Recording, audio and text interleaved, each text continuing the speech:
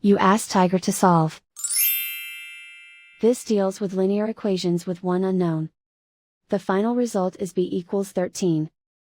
Let's solve it step by step.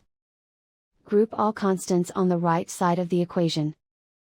Subtract 2/3 from both sides. Combine the fractions. Combine the numerators. Reduce the zero numerator. Simplify the arithmetic. Combine the fractions. Combine the numerators.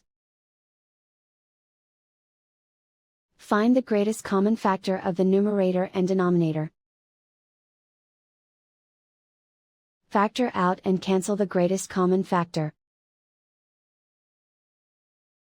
And so the final result is b equals 13.